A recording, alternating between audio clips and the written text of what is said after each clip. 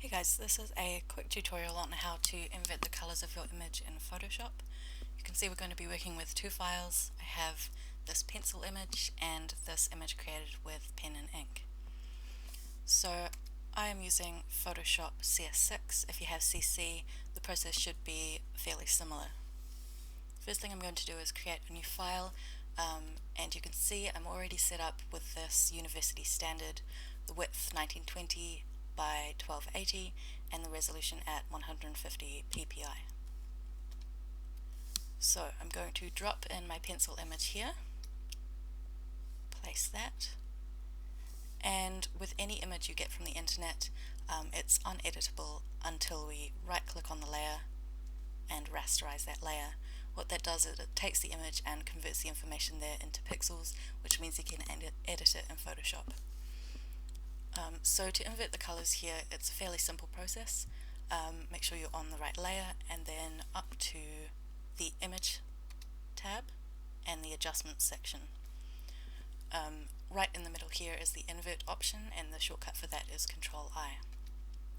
So you can see that flips our whites to blacks and blacks to whites. And with this pencil image, I wanted to show you what will happen if you do not trace over your work in black ink pen. When you're drawing with the pencil, you make different weights on the paper due to the pressure that you're putting on the pencil. You can see where some areas are quite white. That means the pencil would have been pressed down on quite hard, and in different areas we have these sort of greys where the weight was quite light. So I do recommend tracing over your image with a pen.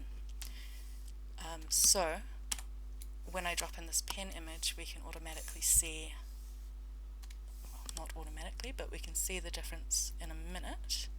Just rasterize that layer, back up to image, adjustment and invert. And you can see the whites here are much stronger and clearer, and that they have a consistent weight all around the image. So that is the benefit of scanning in pen. So to make this image look a little bit nicer, we can go up to our image adjustments and this time look at our levels. You would have heard about levels in the previous tutorial. We can see from the information here that the blacks in our image aren't quite reaching down to this 0 pure black. That's because this image is on a nice textured paper, so we can actually see the grain of the paper within this. If I bring up my blacks to midway here, we can see that turns it into a nice solid black for us, and we can play with the whites a little bit and the midtones. So that's looking much nicer already. The final step for inverting images is to make sure that if you're working with just black and white, that you get those true blacks and the true whites.